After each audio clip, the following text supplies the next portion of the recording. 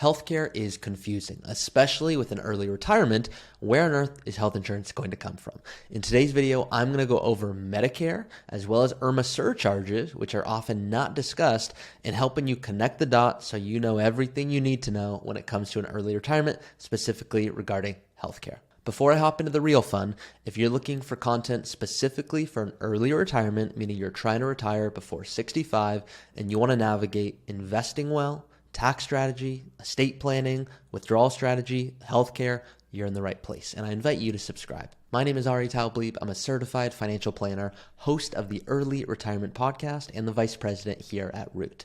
Now let's hop in. So we're going to go through a real case study because it's the best way to learn. You're going to actually see me right now. I'm going to pull up a tax report of a real client.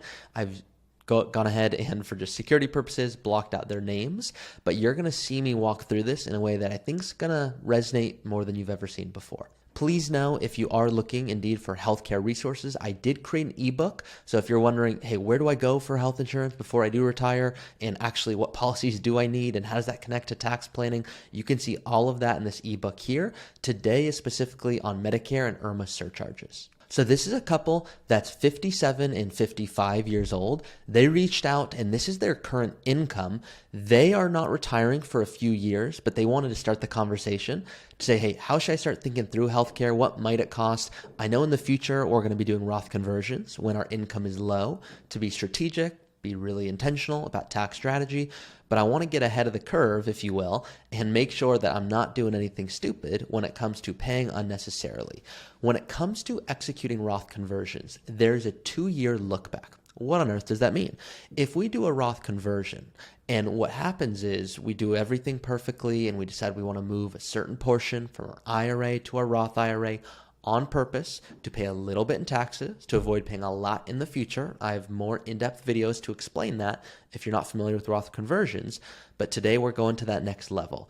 And so some people will do that Roth conversion, they'll be really happy, and then 2 years later, all of a sudden their Medicare premiums have shot way up. And they go, hey, what's going on here? Well, there's a 2-year look back. So what I'm going to show you here, this is an actual tax return through an analysis tool that I use. So this couple, their income is $224,000. Then they took the standard deduction and then they have their taxable income. So here's their total tax bill right here. And so you can see right now, if I zoom in here, I'll move myself. You can see they're in the 22% federal bracket. So not including state, but you can see on any new dollars that they're going to earn, 22% is their marginal bracket. So you can see that's not their average rate. You can see the marginal rate up here, that's the 22% bracket. Their average rate is 14.7%. So what we want to do, we've got our cool little checklist here on the side. This helps me with clients, make sure we're not leaving anything on the table unnecessarily. I want to ignore this for today. Very important, but I want to make sure that we're sticking on topic here.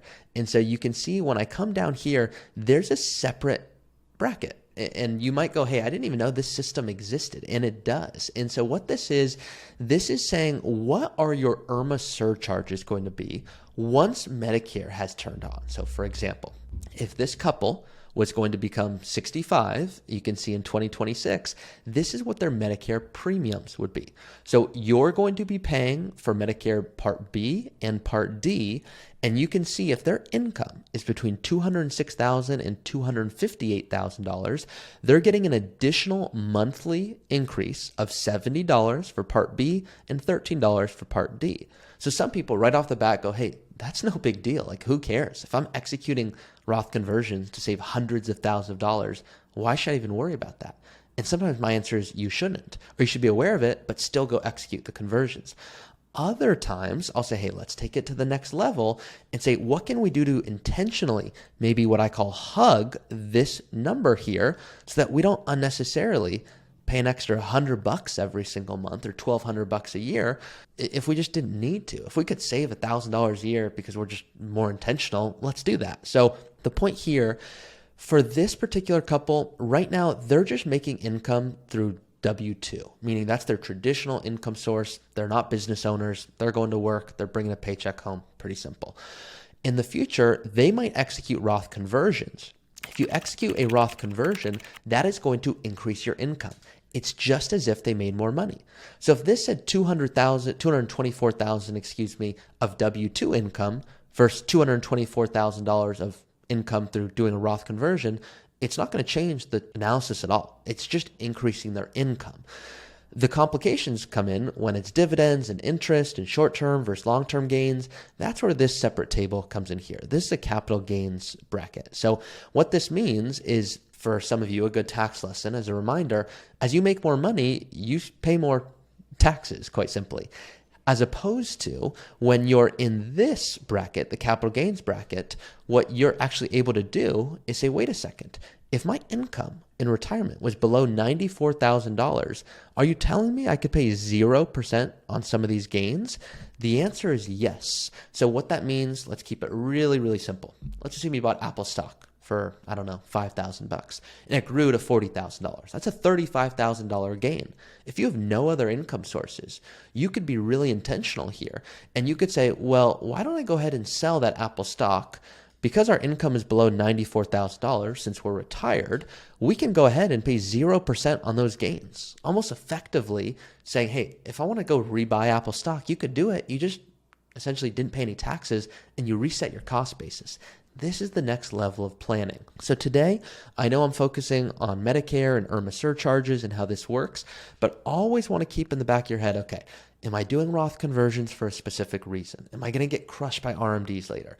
Should I potentially look at doing this instead, where I pay 0% in capital gains taxes? It's called tax gain harvesting.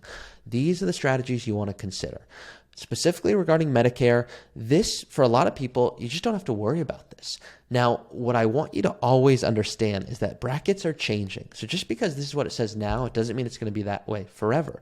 Regarding IRMAA surcharges, what I don't want you to do is do a ton of Roth conversions, or I don't want you to get crushed later on in your 70s where you're paying a crazy amount every single month unnecessarily. And I've seen that be the case. And here's what I saw. Couple came to me, they were in their early 60s. They're like, hey, we don't want to implement any tax strategy, any of this mumbo jumbo.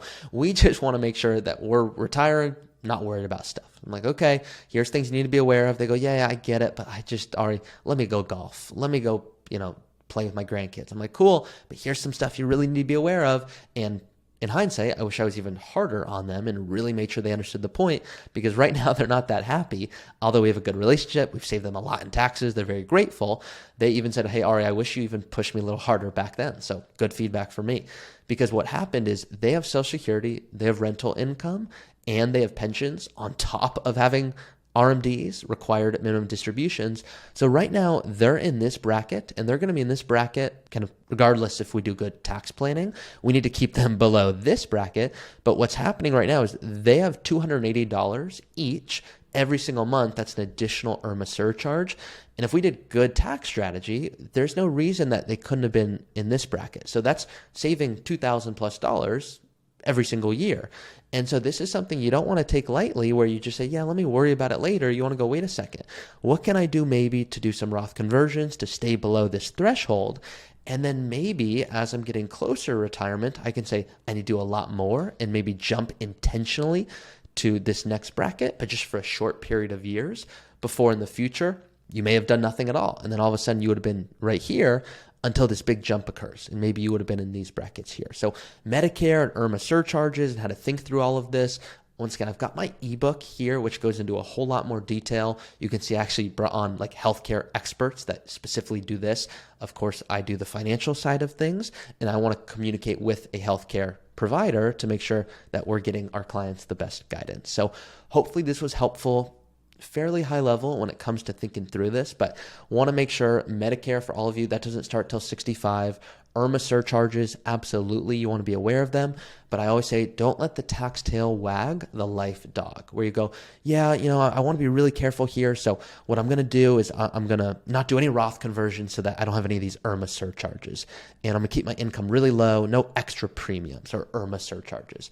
And then all of a sudden, years down the line, you're paying way more than you ever would have. So can we be strategic about these things? This is one aspect of what holistic planning means to us. So if your advisor is not doing investing and tax strategy and withdrawal rates, and specifically works with people like you trying to retire early or even considering it, maybe reach out to us. I don't think we're the best fit for everyone. In fact, I know we're not. But for those looking for the holistic approach, going, hey, this is specifically what you do, our goal, and my goal specifically, is that you would pay less than you're currently paying at your advisor and getting a whole lot more. So if this is of any interest, I invite you to reach out. You can see I did a video here going over what to think through when it comes to hiring an advisor. And if there's investment management, tax planning, withdrawal, like what are the services you're getting? Is there value for it? And my kind of dumb joke here, but it's very common. And for those that don't know my story, my parents were burned by multiple financial advisors. That's why I became an advisor. And what I don't want to have happen is you fill out some questionnaire to work with an advisor, and then all of a sudden you're like, hey, that's great, but I just don't feel like it's a personal approach. Or, hey, that's great, but I just don't feel like they asked me the right questions. What I found is when my parents were speaking with an advisor, they filled out a questionnaire, and the advisor essentially came back to them as if they were a doctor and said, yeah, I read your questionnaire. Yep, we're doing this. And it's like, hey, you're recommending surgery. We haven't even discussed my goals, when I want to retire, how much I want to spend. So we take those steps to go through that process. And my goal is to make sure everyone finds that right fit. And that's the key here. So anyone that reaches out, you are personally going to be speaking with me. I want to make sure that we get you in the right hands. So hopefully this has been helpful, this video going over Medicare, IRMAA surcharges. And if it was, I invite you to like this video and subscribe for more content just like this.